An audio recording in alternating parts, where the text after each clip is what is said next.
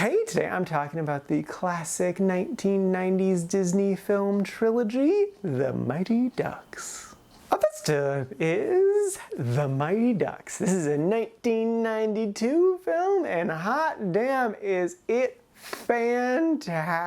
I definitely have some nostalgia goggles for it, but I didn't super remember the story. If you're somehow unfamiliar, the basic premise is Emilio Estevez is this hotshot lawyer who used to be really good at hockey back in the Pee-wees, but blew his big game. So now he hates hockey and is also an alcoholic. Well, he gets arrested and made to do community service. Wouldn't you know that community service is hockey with a bunch of loser misfits, and so they all band together, try to redeem himself and win the big game. And yeah, no, it's great. It's so much fun. It's so good. Emilio Estevez does such a great job, and like his characterization is just so fantastic because like he is such an asshole. He's such a prick. He hates kids. He hates everything about his situation, but like he's still charming even when he's being a dick. There's just something about him it's easy to latch onto. And like the kids are also kind of jerks in the beginning, but like there's just so much charm and character to everyone that even though it is kind of hitting classic sports beats, it doesn't matter. It's so much fun. It's so delightful. You can't help but quack along with them. And it does a good job of building up to that too. Emilio Estevez's characters, his childhood coach is such an asshole. He says the line, "If you miss this shot, you're letting your whole team down," which is, oh God, not the thing to tell a child, but like it's so true to life that there's so many parents and coaches that put way too much pressure on their kids to perform at these insane levels, and then they internalize it when they mess up. So learning all the wrong lessons. And the film does a really good job of emphasizing the actual point of sports for children, which is it's not winning. Winning is not the goal. The goal is having fun. It's building skills. It's learning how to work together as a team. It's also teaching them how to be active. And I love too, early on, he gets so mad at these kids and he's like, "Why didn't you listen to me?" And they're like, "Why should we?" And that's exactly the right response, because like, yeah, he's an adult and they should listen to adults always, but it's really, there needs to be respect going both ways. Give them a reason for them to respect you, for them to listen to you. Children should not just blanketly listen to adults. There needs to be trust there. There needs to be love. There needs to be a good relationship. A moment I really loved too was Emilio Estevez's character messes up a bunch, and he specifically goes out of his way to apologize to one of the kids. Like he literally goes to their house to apologize. He realizes he messed up that bad. And that's so impressive to watch an adult not only just apologize to a kid, but to go out of their way to apologize to the kid. Not to like, "Look at me, I'm apologizing," make a big deal about it, but to like emphasize that it's important for adults to recognize when they mess up and to apologize. And like that's just a beautiful lesson to learn. It definitely has a lower budget look to it, but it fits with the themes and ideas of the movie, because like these are just a bunch of scrappy little kids sort of living off of the street. So like it kind of gives it a grittiness to it that matches the kids' energy. So it works thematically. So yeah, no, I crazy love this movie. I could just keep talking about it for so long because there's a lot to pick apart and point out the greatness of each of these little moments. Without a doubt, I definitely recommend it. It's a beautiful, well-crafted, fun film that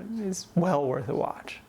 Next up is D2, The Mighty Ducks. This is a 1994 film, and the basic premise is a bit silly, because like in the first one they're just going for conference champs, and I get that it's like this big underdog story that somehow made national news, but like it was really just conference champs. And now in this one, Emilio Estevez did such a great job that they made him the coach of Team USA, which is such a big step up. Oh my God. Half of the team is kids from his district, and then the other half is kids from around the country. And like, I get that they need to keep a lot of the kids from the first one, but like, that's just kind of silly. I mean, escalating to Team USA is silly. I kind of wish they would have done like the state competition or national competition, but to suddenly now be representing America on a world scale is a very big step up. Regardless though, there is still a lot of fun to be had with this movie, like the gathering of the team montage, both both like getting all of the Mighty Ducks together and then getting the kids from around the country together was a lot of fun. The heart of it is kind of like the coach just gets too Hollywood, and kind of the kids also get distracted by just like the trappings of the world that they're in. Like all their heads just get too big, and that's where all the drama comes from. Kenan Thompson pops up in this one, and he's a lot of fun. He's a heckler in the crowd. His whole storyline's fun too because it leads to a bunch of street kids teaching our kids how to do more fun stuff, like remember the fun of the game basically, and that was just good. I loved their new uniforms. Their new uniforms are such a step up. Like the color is great, it's so clean, the logo is really good, it just works top to bottom. Like, oh my god, that's a perfect jersey. I'm glad that everyone got a nice little hero moment in the games. And then there's also nice that they got non-Americans to play non-American characters. That was fun. And then it had a nice little fun campfire moment at the very end of the film that I enjoyed a lot. So there's definitely fun bits in here. I definitely enjoyed myself with this movie, but it is definitely a notable step down. Like there's just a lot of magic missing from this one. Like there's still a lot of funness in this movie, and it's still definitely worth a watch if you really enjoyed the first one, but it just didn't quite land the way it should have. But it is still a good film that is worth checking out. So just keep that all in mind. It's a good film with fun moments, but it's not as solid as the first one. It's a bit shakier than the first one.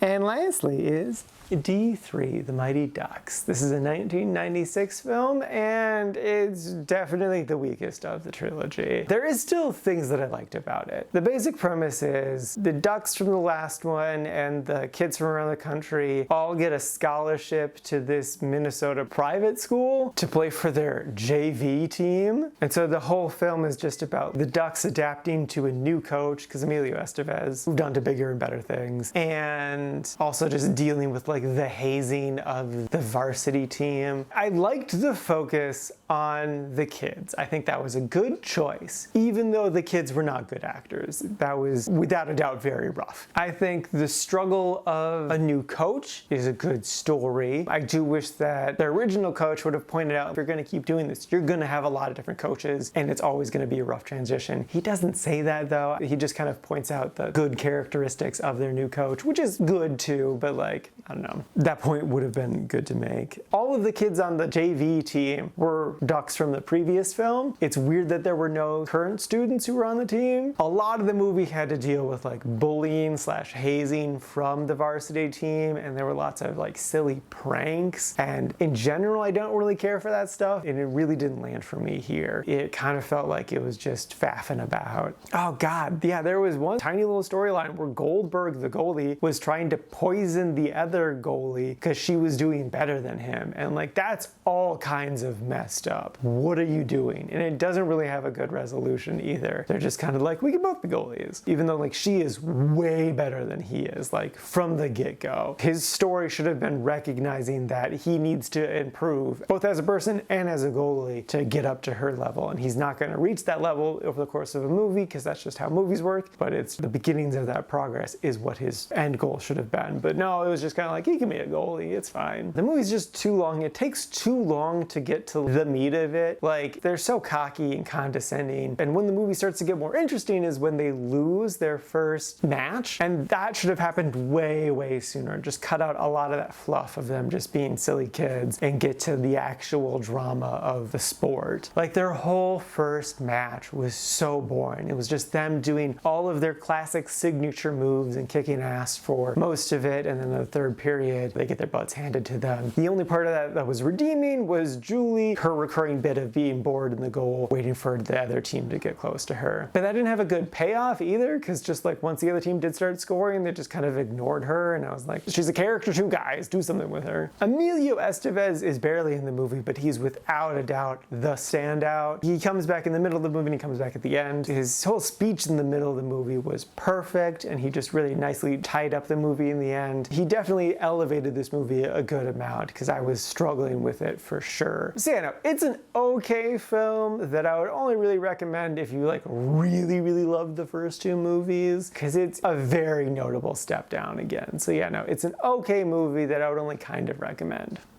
Alrighty, now for today's rankings. First up, we got The Mighty Ducks sitting at number 21 in the really like section. And then after that is D2, The Mighty Ducks sitting at number 84 in the quite like section. And then bringing up the rear, rightfully so, is D3, The Mighty Ducks sitting at number 114 in the liked section. And this is out of a total of 150 old movies so far this year.